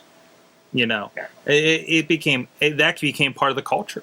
I think more so. I remember the point being made that like back in sort of the day, maybe like that WrestleMania 3 sort of older era, you made signs because you wanted a wrestler to see that sign and get encouraged. Yeah. Like you brought "Come on, Hogan" sort of signs, or Hogan rules or whatever. You wanted them to like, oh, it was supposed to be a thing to sort of will them on, and now it's more of a thing to like get a message across. Yeah. Now it was if I'm creative with my sign, maybe I'll get on TV. I'm gonna put my name on a sign with an arrow pointing down, so Yeah, they know yeah. me, my Twitter name. But people do that, and people did that then. I remember people were always you wouldn't say, "Oh, Hatchet Man." All the juggalos love wrestling, so Hatchet Man. I just randomly threw there. I think even still in the introduction for WWE programming, there's a shot of John Cena with a big Hatchet Man right behind his head. And I love that every time I see that. But it became, Also, the competition really helps with the signs too, because like you would see dozens of Nitro sucks signs on Raw. Yep. Or Vince fears Eric, or Eric fears Vince, or Goldberg fears Austin. Yeah. Or, just like the competition breeded so much creativity amongst the fans. Yes. It just spawned so Everybody much. had somebody to root for. They got more frantic. I think this was the first real communication they had directly with their customers that would be akin to Twitter now. And now we tout. And now we tout. No, we don't. Somebody touts. Nope. I'm vining. I don't know. I Here's a told you question. guys tout wouldn't be a thing. I warned you guys. You kept saying, We knew "Oh it. no, We let's knew all get on tout. Let's get Chachi No, on no, tout. no, Let's no, get no. the Mayhem show on Sorg tout." said that, Tout is not not us. a fucking thing. Hey, that's right. we got on it. I'd rather vine than tout. Just because it was a thing for a week and then went away, I mean, that's not necessarily a bad thing. They still get emails. They're still touting out there. But, okay, here's a question I Yeah. want to ask. Because I know Dudders, you sort of mentioned about the whole, in that era, based off of... Sorry. Oh, it was Sorry. based off of the... It Ow. was based off the characters, and it was based off of, trying to build that character more than the actual good professional wrestling. Mhm. At what point do you think they sort of made that transition to where it was like, oh, we actually have to have good wrestling on the show? And I don't... In my opinion, I think it was before even the whole PG stuff. When I started watching wrestling around 2002, 2003, when the Attitude Era was sort of dying down a bit, there was tons of good wrestling. You had to have athleticism. You had to be fast. You had to have these moves. You had to be creative. You had to dive. You had to flip, and there was so much more. I know what you mean, where things had changed from just a basic flip down. It was what complex moves can you put together to. You couldn't just be like Road Dogg doing a shimmy. Yeah, and then, exactly. Rashiki, I'm going to put my butt on your face. You had to move. I from know. that. I know exactly when it started. When Chris Jericho came in. I think I want to say, I think it was a little more sped up when the Radicals got in. Mm-hmm. Yeah, but Chris exactly. Jericho was before the Radicals. He is. Chris Jericho, then the Radicals, then Angle. Who did Jericho really have to play with, though, before the Radicals came in? That's the thing. He wrestled Road Dogg and like Ken Shamrock. Yeah. I mean, look. Yeah, but he also wrestled Triple H. Yeah, but I mean, Triple H, I don't think is much of a ring. Well, he's a ring general, but he's not. Jericho was putting on good matches. Yeah, he was. He was the first guy who really started to do that. But he was, wasn't doing, like, he was the shimmy fighting. move He or was anything fighting like who that. we wanted him to see at the time. That he wasn't touching over on the other side, which was guys like Rock, Stone Cold, even like the DX guys or something, right? Or Triple H, right? Yeah. Because I think that's the thing with sort of like The Rock. Mm-hmm. Like, I don't think Rock necessarily was... I don't think he was bad, but he wasn't a great professional wrestler. His character was what made him what he is. Exactly. So when you see him wrestle today, yeah, he's a bit slower and all that stuff because of reasons. But he's pretty much the same wrestler. Yeah, he is, and I think wrestling wise, I thought he's capable, but I don't think he's any more exciting in ring than John Cena is. Yeah. It's character above all I would else. take it. I would take issue with that. You think he's a all around better wrestler than John Cena? No, I think John Cena is all around better than The Rock. Okay, sure. No, I think John and the Cena- angle, Like, understand. in their primes, Yeah. John Cena, I would say, is better than The Rock in his prime. Because Okay. The I think Rock, John Cena's still in The his Rock prime, though. relied on crowd reaction. John Cena doesn't have to. Okay, yeah, I'm with you on that. And I'm going from the angle of the idea that John Cena, 5 moves of doom, da da da da. I think that's the angle I'm coming from. But I agree with you. I do agree with you on that. But everyone has a 5 moves of doom. It's just Exactly. John Cena acknowledges that he has that. Especially Yeah, when you get to that level. Like Rock doesn't go out and say, "Oh, I'm gonna hit you with the people's elbow. I'm gonna hit you with the spine buster. I'm gonna hit you with the rock bomb," and that's it. Boom. The difference is everybody And ate the it up. horrible sharpshooter. The difference is everybody ate it up then because it was The Rock doing it, right? But look at who we had too. I mean, we had this great nexus of people. We had Stone Cold, Rock, Undertaker, Triple H. You throw in Mankind here and there, right? I mean, you look Kane. at about good 3-4 years. Every other pay-per-view had some combination of those 4 people. Shawn Michaels, of course, for at least the year before he got hurt. I mean, that's the you talk about like these days. I see them. Maybe not so much right now, but I remember for a few years where we see the same people, maybe the same 3 or 4 people on every pay-per-view, and it felt like it was for years we saw that, right? Whether it be the Triple H's, the John Cena's, the Randy Ortons, whoever. We got that then, and we ate it up, WWE kind of got lucky that all those guys peaked at the exact same time. Though. Yes. Quite. Yes. But I think it was a lot of motivation, too, a lot of competitiveness. I think that everybody saw their opportunity, and these are the guys that seized it. These guys that did that and didn't continue being the Scotty 2 Hotties. And then you got to figure the WWE at that time ate this alive because suddenly branding was important. You had your merchandise, you had your T-shirts, you had your posters, you had your figures, you had every bit of anything you could stick a Stone Cold. They always did, though. But I think the characters... they spiked a lot. They spiked a lot, but I think they rode that late 90s countercultural phase, too. But, because it was okay. Yeah. Having this was cool. I could have a Stone Cold poster in my dorm room, and I was cool. Yeah. I mean, there was a point where it just flipped, where it was acceptable, and it was, you like Stone Cold, that's awesome, let's go have a beer. Because it wasn't all goody-goody characters, like your Hulk Hogan's and your Stings and stuff, I remember being made fun of having WWF magazines on the bus in, elementary school, It definitely turned around. Versus, high school, it was like Stone Cold T-shirts all over the place. Yeah. Can I note they had let Eamon go, and then we'll go to you, Mike. Sorry, Eamon. It's okay. Just real quick. The thing with the fans, and this was when the period that I was watching and sort of studying, this is the thing I noticed. When the New Age Outlaws were a thing, but they were still heel as a part of the Triple H, Stephanie McMahon DX era. They would do their stick in the beginning that they would always do, and the crowd would be hot throughout, and would do everything along with them. And would ladies and gentlemen, boys and girls, children of all ages. Exactly. And they would treat them like baby faces until it was over, and they would go back to booing them as if they were heels. Yeah. So everybody wants to go on for a ride. I found that really intriguing. But every time, don't you notice? Every single time, Vince, here's Vince McMahon. Everybody's cheering, applauding, da da da da da. Hey, hey, it's Vince. We haven't seen him for a while. We appreciate Vince McMahon. Something cool is going to happen, right? This is the guy that's bringing me this wrestling. That idea comes through everybody's head until we get the cue where Vince says whatever it is, face or heel, we figure it out, and then everybody turns. We're like, it's like everybody is playing along at this point, right? Say, this is the part I like. Screw you, I don't care if he's a heel or a face. I'm going to like this part. I'm going to like when CM Punk does this. I'm going to like when Ziggler's the show off. I don't care. It's okay to like the heels, and sometimes encouraged to like the heels. But everybody plays along up to that point, and Vince says something that turns him heel, and everybody turns around. It's like that, hey, everybody, 15,000 people say, hey, oh, that's right, this is how we're going to play it this time. He's a heel, let's roll with this. Start booing. We're all participants. Yeah, exactly. And we're all just participants in it and play along with it willingly, because we want to and we like being a part of that.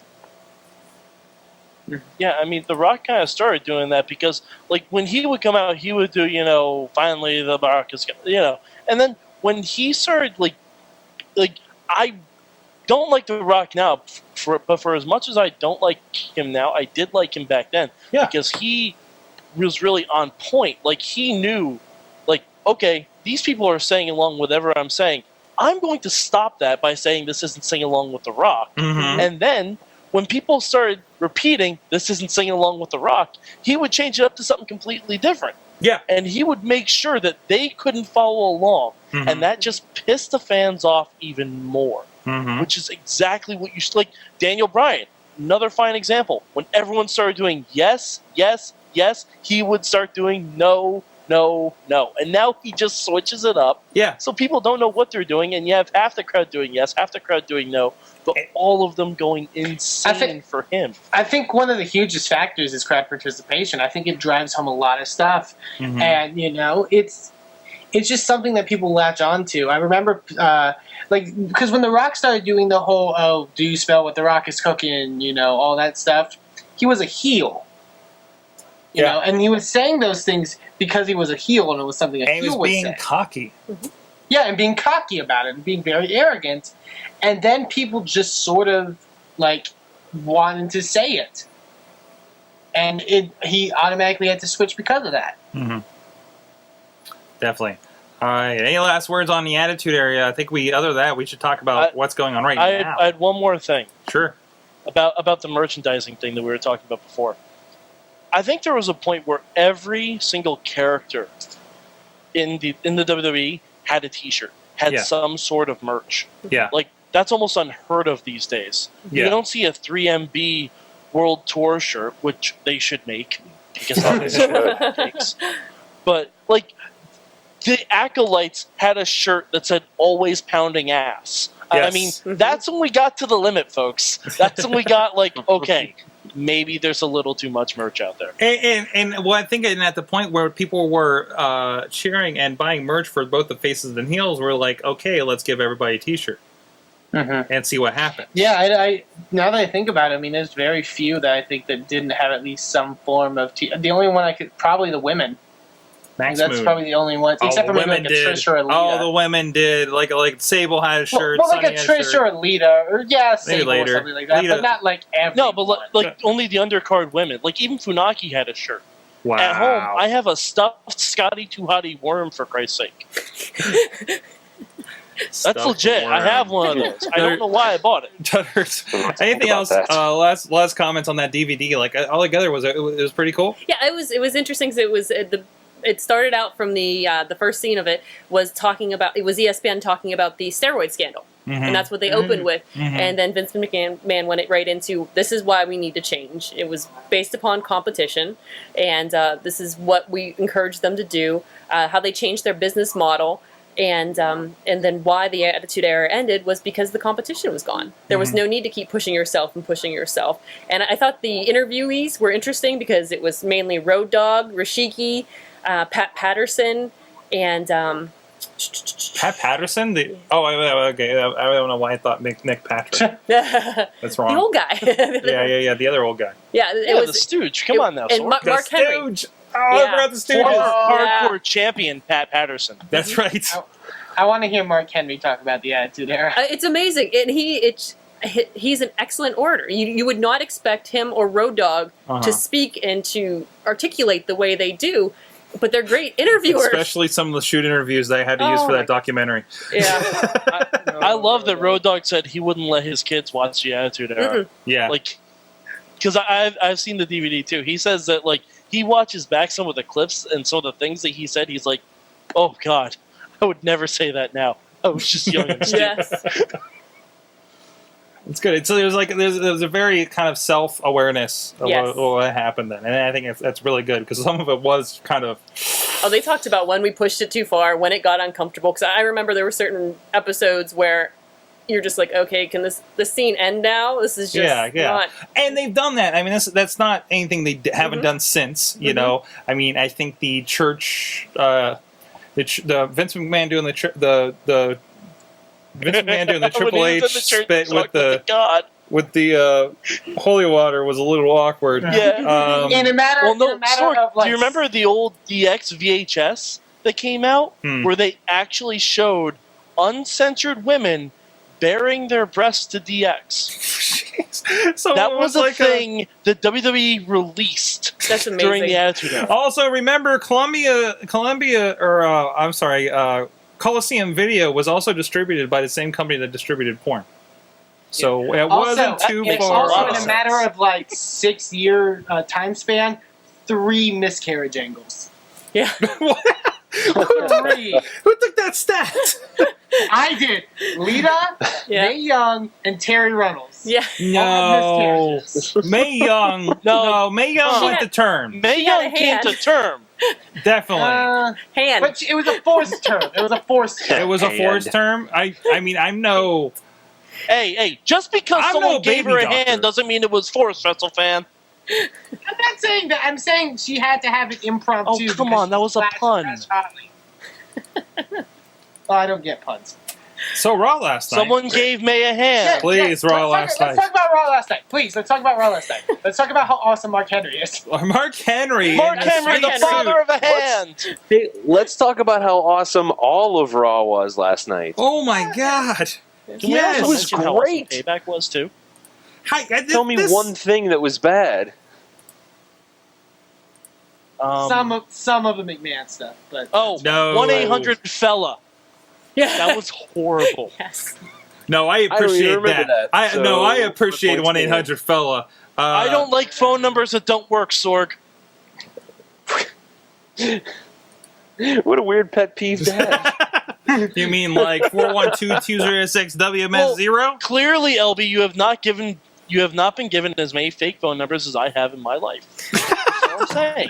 Oh, this is a deep-rooted problem from. If I go to a bar and a chick nights gives at me the a number bars. 1-800-FELLA, I'm gonna be very upset. You can't blame your several bad nights at Fenwick's for not liking the Sheamus promo, okay? Aww. Yes, I can, Sorg. Plus, he is naked in a place where people are wearing clothes. Fuck, I missed Yeah, this. and he totally no shirt, no service. What the shit is that? And he totally stole that dude's dinner that he helped get the time deliver. What the fuck? Did I miss like an hour of Raw? What the fuck happened? No, this is all like 20 seconds. Bully that Sean Combs was talking about. Mm-hmm. But no, seriously, can we please talk about Mark Henry and how he's the greatest actor ever and he should get all the Oscars? Yes. Technically, he wasn't in a movie. He should get all the Emmys. Or Emmys. Okay, that's fine. Daytime Longest Emmys. running episodic, whatever, fuck.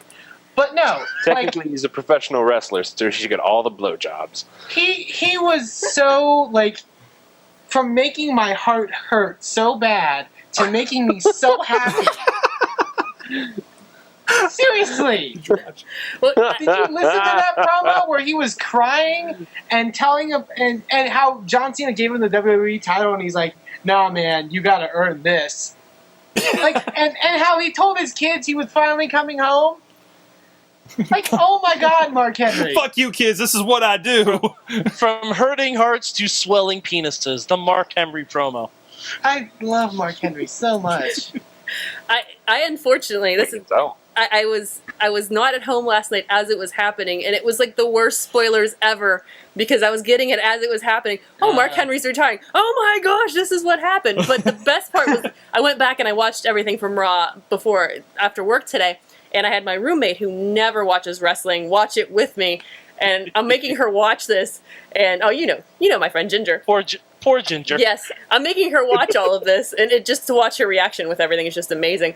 And then I'm like, just keep watching it. She's like, this is really sad. You know, this is yeah. I'm like, just keep watching. Keep watching. Oh wait, this is like the Red Wedding. Did you film it? Yeah, you ready? Wait, I'm waiting for it, and I'm checking my, the length of time between the Mark Henry's retiring to Mark Henry. No, Wait, you cross-referenced the Twitter stream from last night?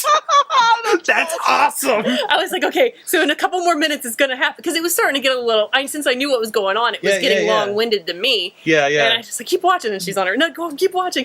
And she goes, oh my, like, totally wasn't expecting that. And I was laughing so hard. And she's like, rip your shirt off. He's already like hulking out of it. Oh man! It was. Wow. So I had a little different experience with it than everybody else.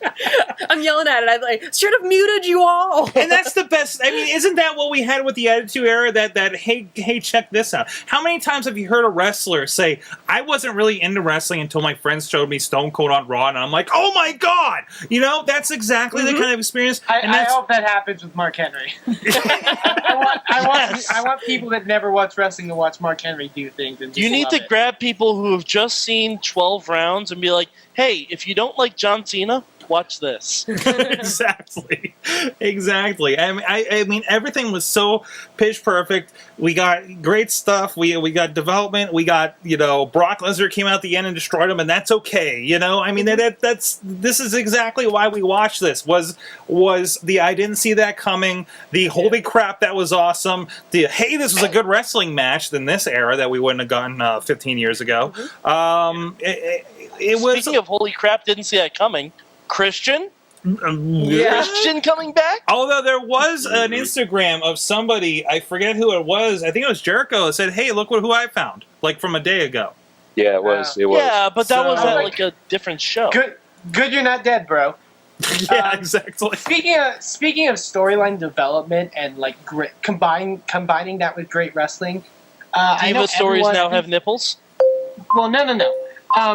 Someone was saying in the email about how Jericho and Punk was the show stealer of the night at Payback. I gotta give it to Del Rio Ziggler. Yeah, that match was so good. It was. Jim Ross was putting that over as telling a pretty magnificent story. But it was though the evolution. It was the first double turn in a very long time. Yeah, it wasn't the turn from Del Rio wasn't just he did something mean and now he's a heel. It was slow building throughout the entire match, and the crowd shifted, and it was awesome. And they're sort of overplaying the concussion stuff now, but that worked at the pay-per-view because you really believe that Dolph Ziggler could have had a concussion. What was that, Mike? Sorry, you were overlapping. Sorry. They kind of foreshadowed that something different was going to happen because Ricardo announced Alberto to the ring in English. Oh, that was really off-putting because Lillian announced Ricardo in Spanish. That was because I hadn't read the spoilers, so I'm like I did a live reaction thing on WrestlingMayhemShow.com, and the first thing I noticed was Ricardo's announcing in English. This is weird. Yeah, like something is going on. Something is amiss. Antonio's got it right. It wasn't a good match, but it was perfect storytelling. I don't think it wasn't a good match because Ziggler had to sell. I mean, it wasn't bruised brain the whole time. Yeah, exactly. I mean, but it looked vicious. It looked like a freaking a war. We were all sitting there in the hangout just yelling, "Stop kicking him in the head!" I mean, we're like really, really unpleasant. We're just like, no, you get to that point where it crosses again. You're like, wait, is this real? And that's and I'm sure Ziggler. Go ahead, Obi. Isn't it awesome though? It was such a what are you grabbing so for? Subtle. I'm gesturing. Ziggler's unfortunately bruised brain. If I learned anything from the videos I just did with Sorg, I have to use more hand gestures. How awesome and subtle and magnificent and so simple that was that they did where they turned Alberto into a heel and Dolph Ziggler into a face. It was such a simple thing, and it worked perfectly. And it wasn't... you know what made that even better?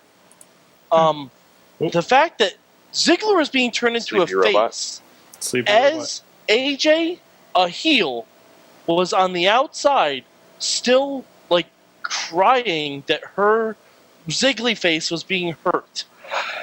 Because there's complexities. On Raw, she's still healing it up. It's not black and white. Exactly, It's not because there's black and white, man. complexities and everyone's sticking to who they are, no matter what camp they're in.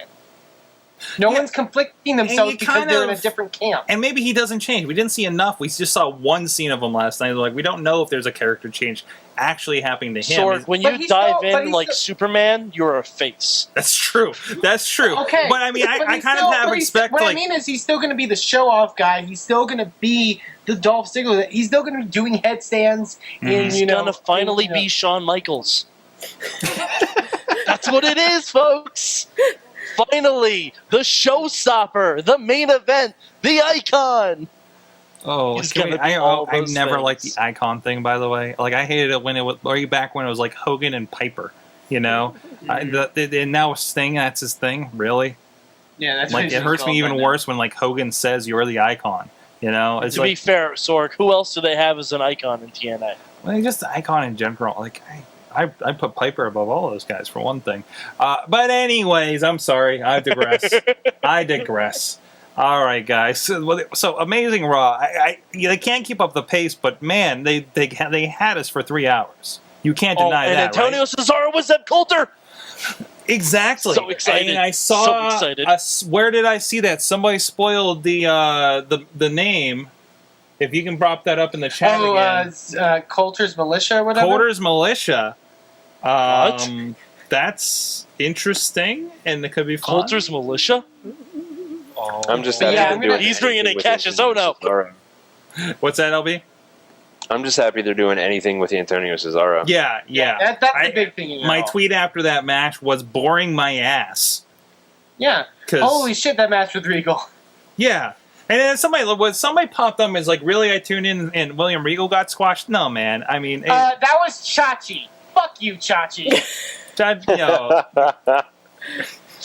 Sorry. To be fair, no. why It's shouldn't not about William Regal get getting squashed? squashed. It's about Antonio Cesaro, showing off how much of a fucking badass he is. exactly. It was about... To be fair, William Regal was just tearing it down. He was going to town. He Yeah. was held up his own in that match. Yeah, Regal looked legitimate, not not like Jerry Lawler jobbing to everybody. You know, it's credible, really, and everybody's like, "Oh shit, it's Regal." You know, this was like a love letter to wrestling fans that have stuck it through for the last couple of months of weirdness. You know, Yeah. first and hey, we didn't even talk. Raw was so good, we didn't even fucking talk about a pay-per-view that happened on Sunday. But really.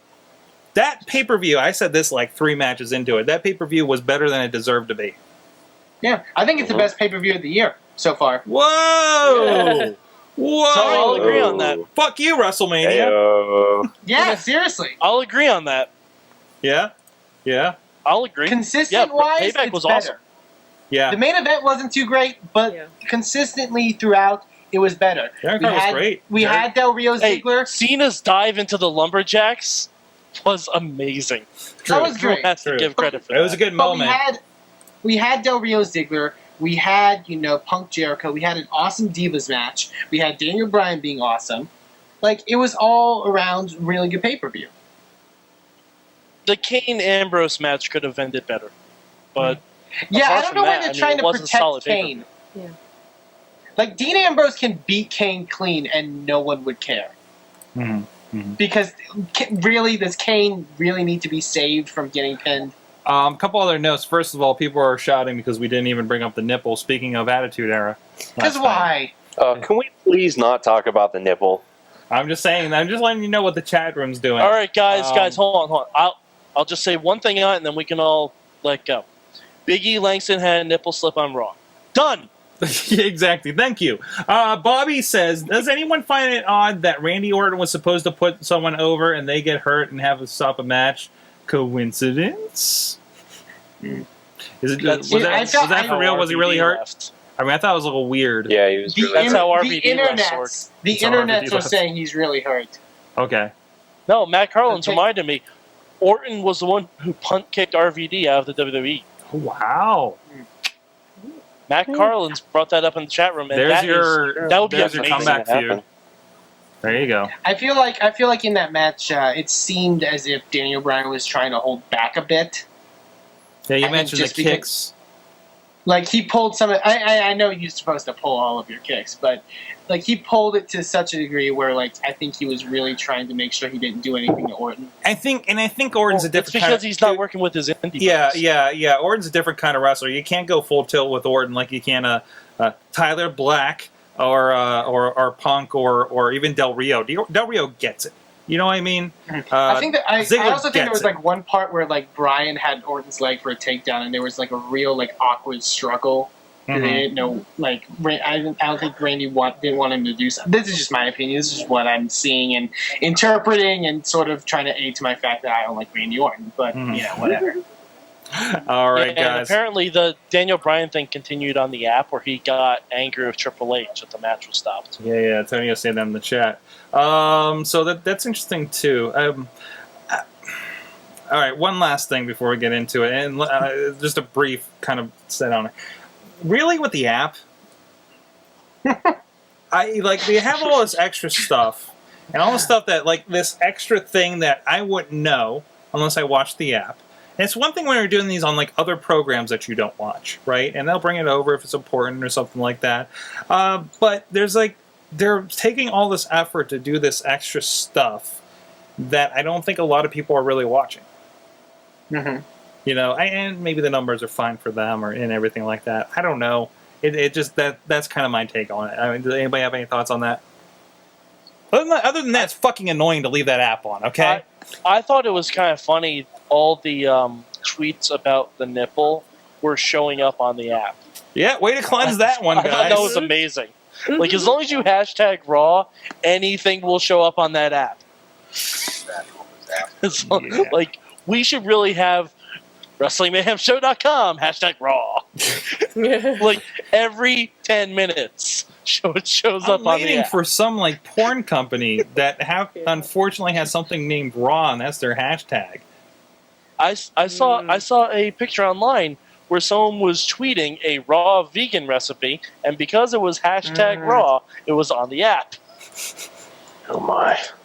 So if you want your exclusive WWE action and free vegan recipes, go to the WWE app. Available on your iOS and Android devices. Guys, what did you learn from wrestling this week? LB? Did you have something? What? I did have one last thing to say about the app. That last night was the very first time that the app worked enough for me to vote for something. Oh, good. Good. Yeah. Do you have something that you learned? Hashtag Eamon was right. There you go. He was right. He was right about NXT. He was right about ACH. He was right about other letters. I keep saying now I'm gonna have to do a blog post. I'm gonna write a blog post about how Eamon was right about these things and why he was right, and I'm gonna start growing weird facial hair and pointing at people in pictures.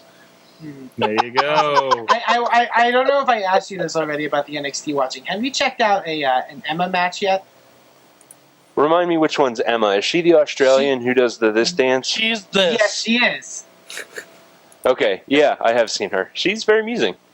She is probably my favorite part of the show. Oh, Sleepy Robot. We'll fix the Sleepy Robot. Mad Mike, what did you learn from wrestling this week? Shit, I forgot about this part of the show. It's been a while. I'm going to steal everyone else's. I learned that Mark Henry deserves to be WWE champion. Oh, man. I just cock-block everyone what else they learned. Eamon, what'd you learn? I learned that Mark Henry makes me happy because that's what he does.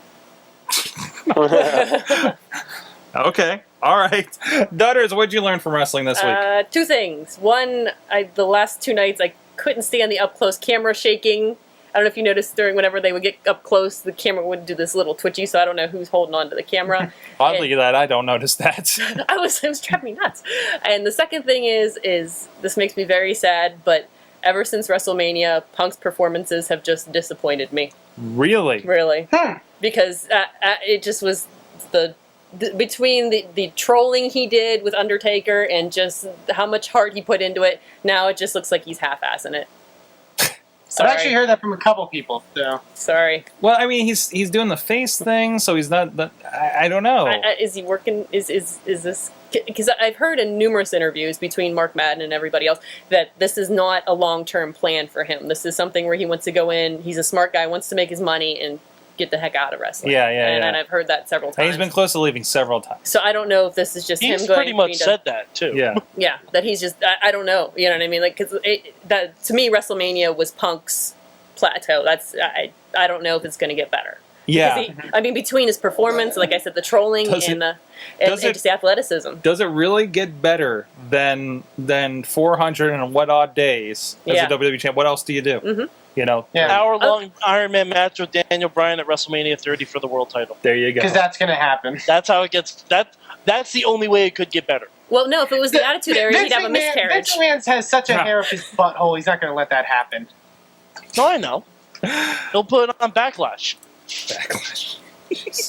Bring it back.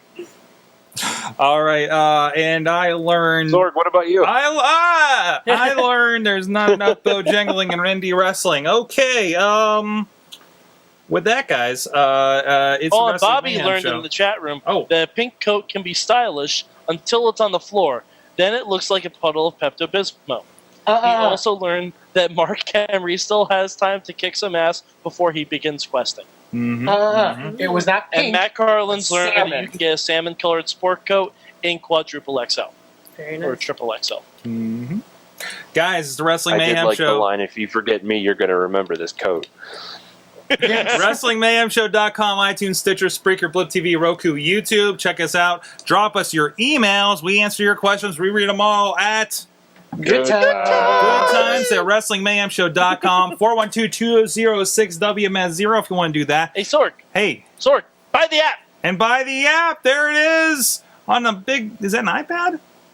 That's an iPad mini, Sorg. Buy WMS the app. Gold. Links and extras. iOS App Store. The Amazon App Store. Buy it.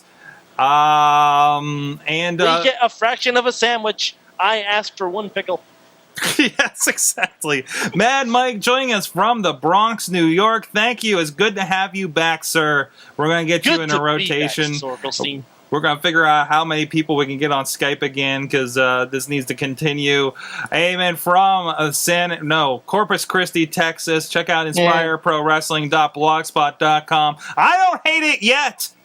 Yeah, follow us on Twitter and Facebook because those are actual sort of sites and not DJ Lunchbox, DVD selling extraordinaire at the shows, ThoughtfulRiot.com, featuring my face. Check it out, motherfuckers. Rizz is not here, but he does good stuff I at have replaced the Rizz. InsertGoingToBegin.com. Also a good DVD slanger at the Rizz. If you want to go check them out. And thank you, Dudders, for joining us. Your maiden voyage with the Mayhem. Yay! Was it okay? Yeah, it was okay. Good. Good. At K Dudders. Yes, in case you need to recognize me from the Twitters. There you go, with the socks. Yes! And she does wear those while playing softball. Yes. Yes. I'm pretty sure Dudders never takes those off. No, I live Sorgatron. These are my actual legs. There's nothing underneath. At Sorgatron and Sorgatron.com. I got video blog stuff over there. Check out everything else we do at SorgatronMedia.com. Thank you, everybody. Thank you, the great chat room tonight. Thank you, I just saw the number for how many people are watching. Hi, all of you guys out there in Justin TV land. Oh, shit. yeah, I didn't see that coming either. All of you guys, check us out, WrestlingMayhemShow.com. If you're new, and I think there's a lot of new eyeballs out there, please, even just at Mayhem Show with us. Let us know if you dig the show. Like us and all that stuff on iTunes. Tell your friends, grow the Mayhem Army, because the more people out you doing crazy shit in the chat room at live.sorgatronmedia.com at 9 p.m. Eastern Time, the crazier and the more fun this can be. So with that, from the Mayhemers, everybody here in Pittsburgh, PA, Mayhem out.